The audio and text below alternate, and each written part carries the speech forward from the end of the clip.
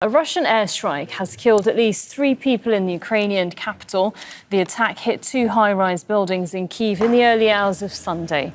Kyiv has accused Moscow of trying to cause a humanitarian catastrophe as the cold weather sets in, but Russia says it's responding to Ukrainian drone attacks on its capital. Meanwhile, President Vladimir Putin has visited a military outpost, saying Russia has successfully carried out a test of a nuclear-powered cruise missile. Putin was also given a detailed report by the army chief about the situation on the ground in Ukraine. First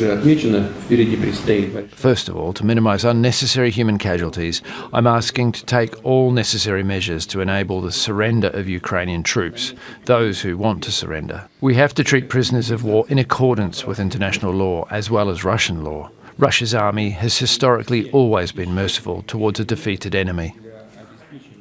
Right, let's go to Dmitry Medvedenko, who joins us live from Moscow. Dmitry, tell us more on what Putin has been saying exactly.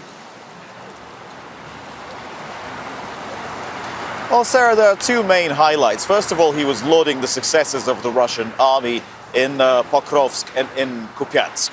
He was saying, as you've heard just now, that basically there's a situation where Ukrainian troops are near surrender and Russia should enable that. So he's been saying that Russian forces have encircled those 2 cities. If you look at maps provided by the Institute for the Study of War, which is usually a reliable think tank to assess the situation on the front lines, you will see that both Pokrovsk and Kupiansk are around 50-60% controlled by Russian forces.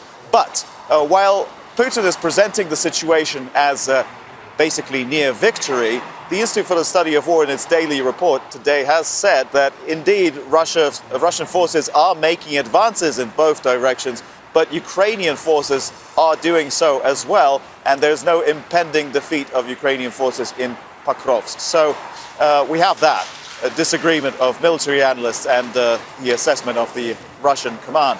And then Putin also boasted the results of nuclear tests. Several days ago, we've seen him sit down and ordering the beginning of the test of nuclear readiness of Russian forces. And he has said that Russia has completed the test firing of a new generation of missiles called the Burevestnik, which is a winged, non-distance limited missile, which is capable of carrying a nuclear warhead and is using a nuclear-powered engine.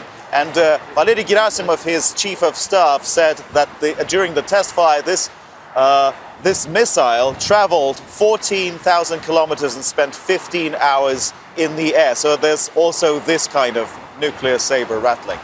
Right, and Dmitry, of course, this all comes while Russia's envoy Kirill Dmitriev is in the US. So what sort of message is that sending, do you think? Well, it doesn't look like this can be considered a coincidence that while Kirill Dmitriev, who's the economic and investment envoy, is trying to, put his foot in the door and make sure that it's still open in diplomacy between Moscow and Washington, you have 2 out of 3 of Russia's top military commanders boasting territorial gains and at the same time talking about their new nuclear weapons. So it looks like the message from Moscow is that with Trump or without Trump's support on the diplomatic arena, Russia is still having the upper hand on the front lines. It's making slow but incremental gains in Ukraine.